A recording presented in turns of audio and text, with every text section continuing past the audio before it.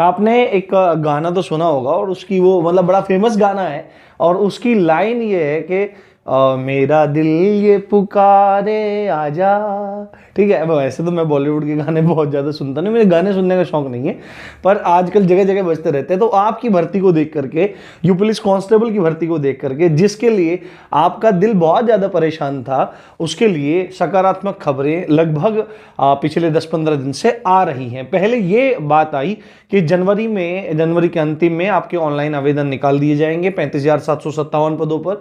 फिर आपकी एक खबर आई और आज आप लोगों के लिए एक और सकारात्मक खबर आ गई है, जिसमें पुलिस भर्ती बोर्ड ने यह बात स्पष्ट की है कि जो आने वाली 35,757 भर्ती है, उस 35,757 मतलब इतनी बड़ी भर्ती में इन पदों पर जो भर्ती होने वाली है, उसमें पदों का ब्यौरा क्या क्या होने वाला है, यानी कि कितने उसमें पद जो हैं वो कांस्टेबल के होने वाले हैं, सिविल कांस्टेबल के, दूसरे पीएससी कांस्टेबल के, और फायरमैन के कितने कितने पद होने वाले हैं। साथ में उन लोगों ने टेंडर का भी बताया है, कार्यदायी संस्था के बारे में भी जानकारी दी है, टेंडर के बारे में जानकारी दी है, और एग्जाम फॉर्म जो चालू होंगे उनकी पुष्टि कहां तक होने वाली है, इस बारे में डिस्कशन हम लोग करेंगे।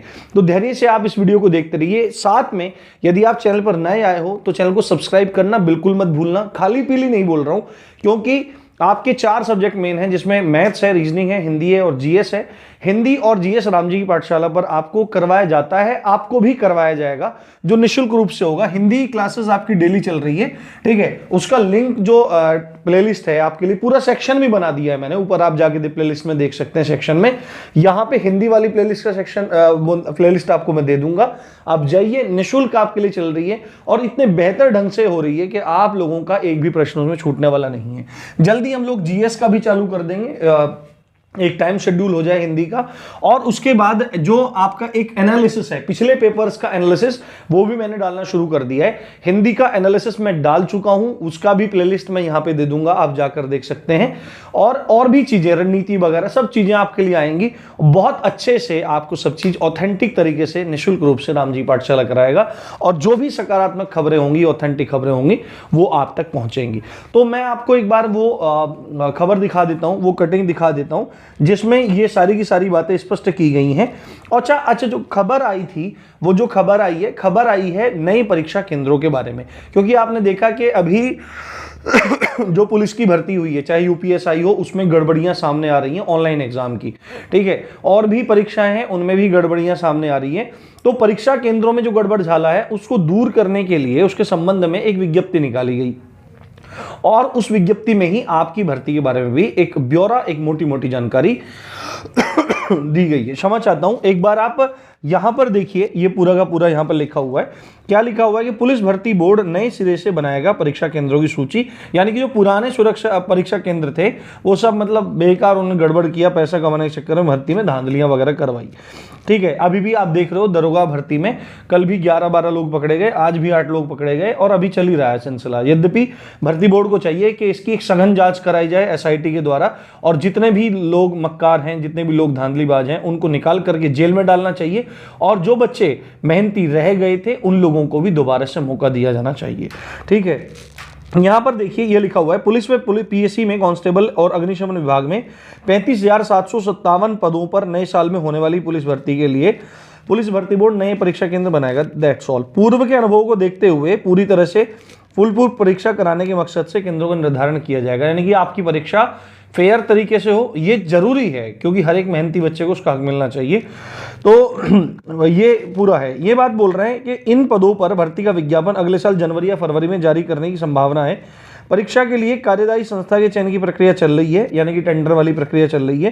कार्यदायी संस्था का चयन होने के बाद अभ्यर्थियों से ऑनलाइन आवेदन मंगाए जाएंगे, ठीक है। इस भर्ती में नागरिक पुलिस के 26,200 पद, पीएससी कांस्टेबल के 8,500 पद और फायरमैन के 1,057 पदों पर भर्ती होनी है, शामिल किया गया है, ठीक है। यहां पर ये पूरी की पूरी बात लिखी गई है। तो यहां पर आप देखो कि भर्ती बोर्ड ने पहले जब खबर आई थी तो साफ बोल दिया था कि भाई 35,757 पदों पर हम लोग भर्ती करवाने जा रहे हैं, पर इसका डेटा नहीं दिया था। साथ में इन्होंने बोल दिया था कि भाई पद हमारे यहाँ पे किसके हैं, आपके कांस्टेबल के हैं। किसके?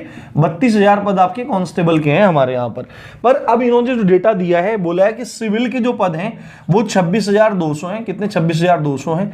पीएससी के आपके 8,500 पद हैं और आपके 1,000 कितने? 1,000 आपके 1,057 पद है ना। एक सेकंड में देख लेता हूं। 1,057 पद आपके किसके हैं? फायरमैन के। तो एक बहुत बड़ी भर्ती है और संभावना ये भी है, अगर ये फायर इसमें दे रहे हैं ना, तो ये हो सकता है इसमें आपके जेल वार्डर भी दे दें और संख्या भर्ती आने तक कुछ और बढ़ जाए, कुछ और पद और बढ़ जाए। ये 35,000 है, ये हो सकता है 36,000 हो जाए, 37 हो जाए, 38 हो जाए, या हो सकता है 40,000 भी हो जाए।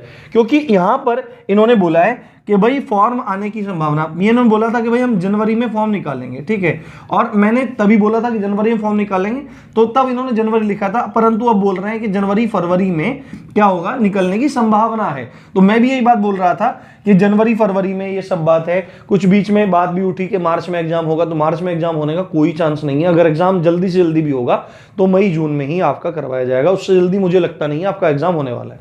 बाकी होने को तो कुछ भी हो सकता है। तो जनवरी फरवरी में फॉर्म बोल रहे हैं, तो फरवरी के एंड तक भी अगर फॉर्म आ जाते हैं तो भी आप देखो 3-4 महीना तो मिलेगा, मई जून तक तो आपका एग्जाम होगा ही। तो आप लोगों को अभी से तैयारी में लग जाना चाहिए। ये क्लासेस चल रही हैं और एक खास बात है, जैसे ही कोई टॉपिक पूरा होगा, 20-22 मिनट की वीडियो होती है, उसमें टॉपिक्स वाइज मैं लेके चल रहा हूं। आप 20-22 मिनट की वीडियो देखो, अपनी किताब से करो, नोट्स बनाओ।